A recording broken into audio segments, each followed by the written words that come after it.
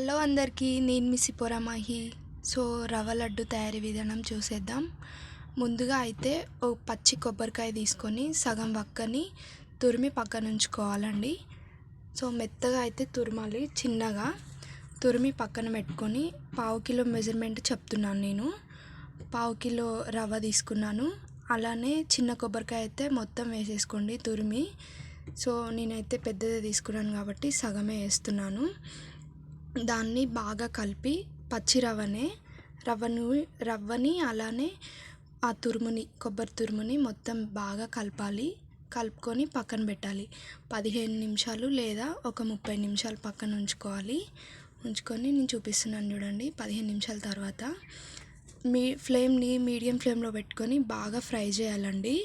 అలానే కొద్దిగా నెయ్యి కూడా వేసుకోండి. సో మీరు తినే వాళ్ళైతే డ్రై ఫ్రూట్స్ కూడా వేసుకొని ఫ్రై చేసుకోవచ్చండి. నేను కొబ్బరి వేసాను కదా, అందుకనే డ్రై ఫ్రూట్స్ వేయలేదు. అలానే బాగా ఫ్రై చేయాలి.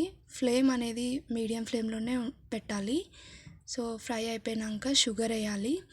పావు కిలో రవ్వకి పావు కిలో షుగర్ వేసుకోవచ్చు, కానీ నేను పావు కిలో సగమే వేసేసానండి. షుగర్ అనేది మీ తీపికి తగ్గట్టు మీరు వేసుకోండి. కొద్దిగా యాలకుల పొడి వేసుకొని బాగా కలపండి. చల్లార్చిన పాలు తీసుకొని కొద్దిగా వేసుకుంటూ ఉండలు అనేది చుట్టాలండి. నేను చూపిస్తున్నాను కదా, అలా అయితే పెద్దగా తినేవారైతే పెద్ద ఉండలు చుట్టుకోండి. నేను చిన్నగా మీడియంగా చుడుతున్నానండి. సో అలా చుట్టుకొని పక్కన ఉంచేసుకోండి. వేడి మీద తినడం కంటే మొత్తం పూర్తిగా చల్లారినాక ఒక 1 అవర్ తర్వాత తినండి. టేస్ట్ అనేది చాలా బాగుంటుంది. కనీసం 1 మంత్ అయినా నిలువ ఉంటుంది మీరు ఎక్కువ క్వాంటిటీలో వేస్తే. సో మీరు ఎలా వచ్చిందో నాకైతే తప్పకుండా కామెంట్ చేయండి. మీరు ఇంట్లో తప్పకుండా ట్రై చేయండి ఈ రెసిపీ అనేది. అలానే మా ఛానల్ని సబ్స్క్రైబ్ చేసుకోండి, ఇంకా లైక్ చేయండి, షేర్ చేయండి.